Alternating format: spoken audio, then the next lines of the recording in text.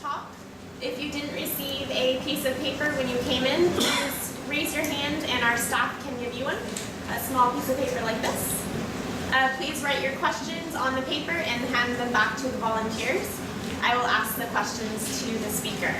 Please refrain from raising your hand or asking your questions directly. Okay, so our first question. Why did you choose to live in South Korea? Why Gwangju? I actually live in Taiwan. Oh, you live in Taiwan? Yeah. Okay. So my colleague, I have two colleagues here, this Dada Yogananda, he's working in Jeonju and Seoul, and then Didi is working in Daegu. Osan. So, but we do love Gwangju very much. Great. Okay, next question. Are you married and do you have children? Look like. If so, do they travel along with you? Okay, so we are not married, so we are monk and nun, we are celibate, we don't have family. So we gave up all of our family, all our contact with our family when we become monk. How does AMURT help people, say in a shanty town in Mongolia, become self-sufficient? Okay, so we set up a clinic there. You see, basically, wherever we are, we have to go according to our capacity. So we apply for grants. So in Mongolia, I was only there for a short amount of time, so we were not able to establish any long-term projects. We're doing on a very small scale.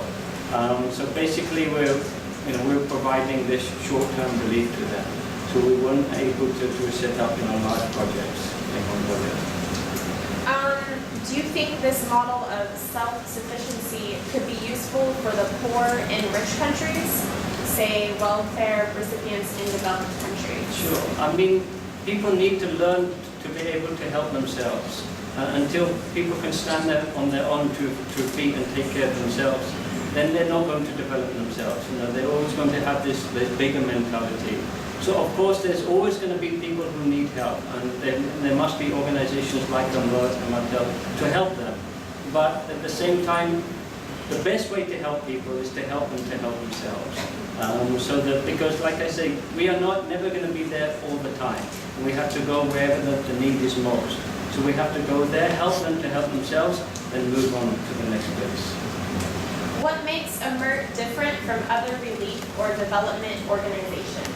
Okay, so we are purely voluntary based.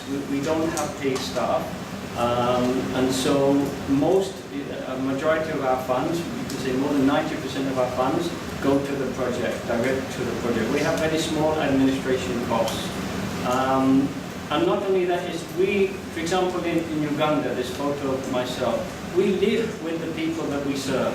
This is one of the big differences. We don't live in a city with the big four-wheel drive cars or stay in the nice houses. We live with the people, we connect with them, we learn the language, we're able to see really what is their need, and rather than going in there and telling them what they should have. We have to listen to them, so that's why we live with them. How can we build capacity in Gwangju to help AMURT? How can you? Yeah, how can we, as a community, help AMURT? Okay, obviously financially we need help. That's why we have this fundraising.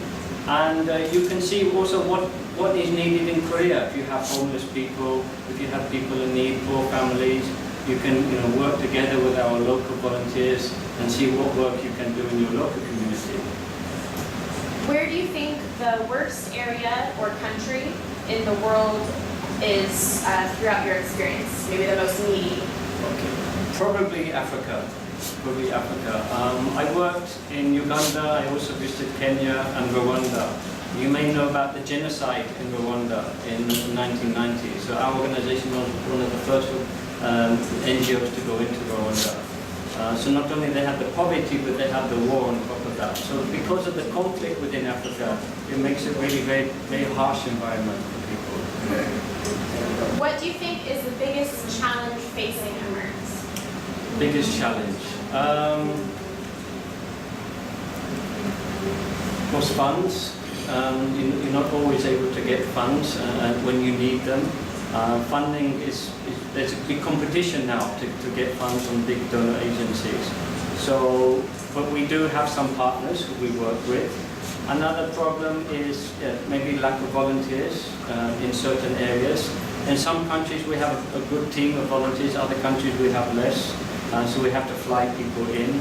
So these, and then you have the logistical problems on the ground, where you're facing countries where they have conflict. You know, this is also a big challenge for us to work in environments like this. In your view, what is meditation exactly? Okay. When you are in meditation, what do you feel in your spirit and in your body? Meditation. It needs a little bit more time, and I will try my best. You know, when people pray, they pray to God. So meditation is like you're praying to the God inside of you. Meditation is basically you get in touch with your true self, your inner self, your pure self. You know, our greeting, yogic greeting is namaskar. So namaskar means with my mind, with my heart, I greet the divine inside of you. So we recognize that divinity lies within every human being. But until you meditate, until you do some spiritual practice, it's like you have an umbrella blocking you from experiencing that divinity. So meditation is experiencing the divinity within you. Here is the final question for today. In your opinion, what's AMURT's greatest success? Greatest success. Success. Okay, probably in Haiti. In Haiti, we have a fantastic group of volunteers. This video, the Dharma, the guy with the beard, he's a real hero of AMURT because he went in there. He was just a volunteer of Ananda, and he started off without any experience at all. And then he just started going to these meetings. He didn't even have a mobile phone. He didn't have a name card. He had nothing. But with this conviction of confidence, he went in there, met with these big funding agencies, and somehow he's able to go there and do a lot of relief work. So we started off very, very small and just became bigger and bigger and bigger. And you know, in the end, we're applying for millions of dollars of grants and aid have gone, you know, to help the people there. But the three main disasters: there's 2 hurricanes, and you know about the major earthquake which affected in 2010. Great, Okay, thank you. Thank you. So that's the end of the Q&A portion of the talk. We'd like to thank the speaker again for answering our questions. Let's give our speaker one more round of applause.